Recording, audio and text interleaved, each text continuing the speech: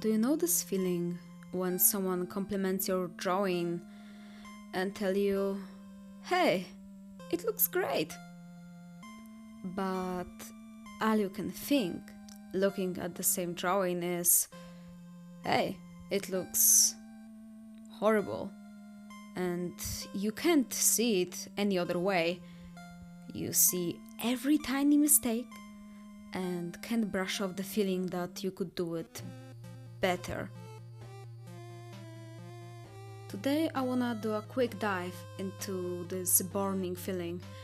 I can't tell you a simple answer to how to get rid of it. You won't hear that you have to love yourself and appreciate your art. You probably heard it 1,000 times already from different creators on this platform. I want to elaborate on two sources from where this feeling came from. Maybe it can help you understand it better. Disclaimer. There can be many other reasons why someone might hate their art, from childhood to other personal reasons. Here I dive into which are often not talked about enough. One piece of advice from people you can hear a lot is to not compare yourself to others, especially other artists. But you should compare yourself to you from yesterday and you in general. It sounds sweet and cutesy, but in the internet reality, everything is comparable. Every ranking from F tier to S tier says which cartoon is better, which potato is better, even which hairstyle is better.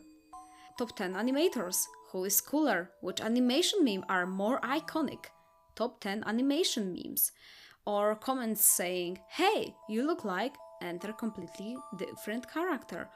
All of this is comparing one piece of media to another, sometimes completely different, with different art styles and topic they touch, still put in the same ranking, from worst to best. Even if you don't want to, your brain, subconsciously fed with constant comparisons, starts doing it on its own, that you don't even notice when you look at your favorite creator on Pinterest thinking, "Why can I draw this well? Why can I draw this good? Why can I be good enough?" But it can work both ways. Like, some people compare themselves to artists who are better than them. Some will start to compare themselves to those who are worse. This is an issue that is often overlooked. People talk very clearly about comparing themselves to those who are better than them, but it is just as harmful to compare yourself to people who are considered to be worse than you. You know this feeling when you see a horribly written show and think to yourself, "Well, I could do it better." I think personally that it is normal to some point. Many people think that way while watching a football match or game show. The problem starts when you are an artist and use this as your quick ego boost. "Look at this drawing made by Kid 45. Doesn't it look terrible? The shades are off, anatomy is non-existent. I could sit and draw it in 5 minutes." This way of thinking slowly poisons your mind. As you improve, your old work begins to look like those worse drawings that serve to boost your confidence. This creates a kind of pressure to keep getting better, because the new drawing has to be better than the old, worse and horrible one. At this point, one small mistake can lead to a breakdown. And what if that artist you said you can write better from will improve and will be objectively better? This can further destroy your self-esteem, which is already built on toxic foundation. That's why no matter how you compare yourself to, if this is worse or better, it can really damage you either way. Other thing is likes. Did you notice how only rich people say that money doesn't matter? Or have you ever seen that one pretty girl or boy in your class saying that you shouldn't care about looks, looks doesn't matter. I personally feel the same about those big artistic channels or YouTube channels in general saying that likes doesn't matter, views doesn't matter, you should do what you love, like it didn't cost anything.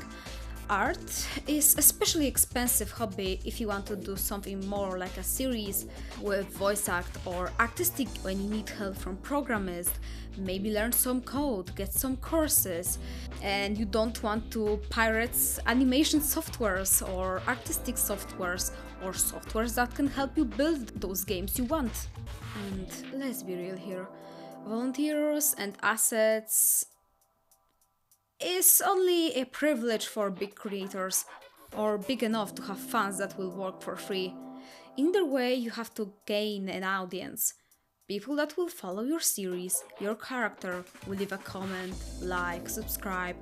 For that, those non-important numbers are starting to be more important with every video. Because one drop can decide if your series, if your game will continue or not.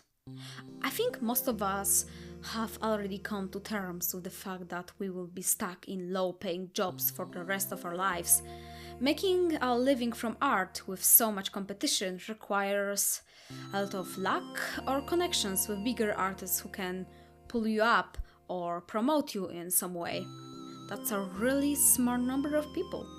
Even knowing that, this additional dollar from YouTube for a new pencil or a coffee could really make your day. But to achieve that, you have to work hard for your audience, make them care about you.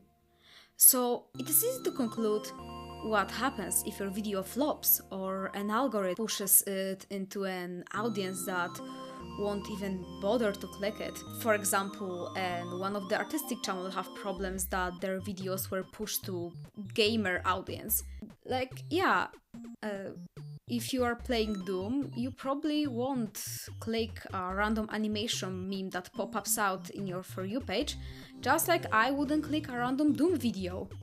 So if you fail, you obviously feel horrible, like you didn't try hard enough.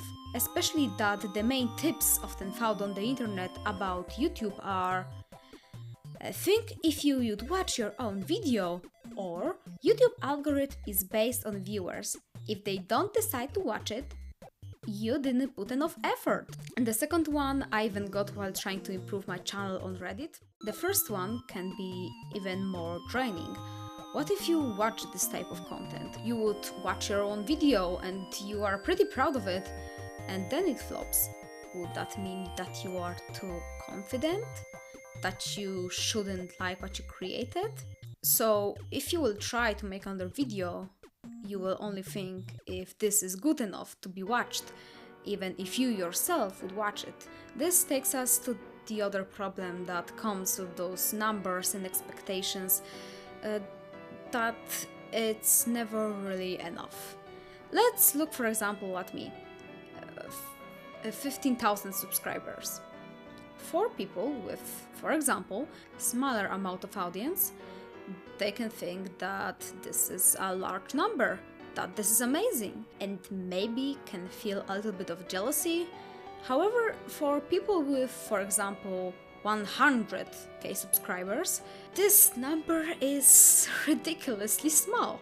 If they would want to start a drama with you, you are kinda dead at the spot. You have no way of winning. It's just a little bit depressing and overwhelming. You're not asking for much, but all you hear is not to worry about the numbers. I think it's not helpful to just repeat it, that don't care about the numbers, don't care about numbers, when they actually kinda matters. Those two things I mentioned often create a Molotov cocktail in artists' minds, where whatever they create is bad and insignificant. I think that apart from solid therapy, it is very difficult to fight this. The vast majority of artists whose paintings now hangs in the museums hated their work. All I can wish you will try your best to appreciate your art. At least before you die. Don't be like Van Gogh. You can share your thoughts in the comments. I will read it and respond to it. Also, you can buy me a coffee, leave a subscribe and a number and a like. Yep, it.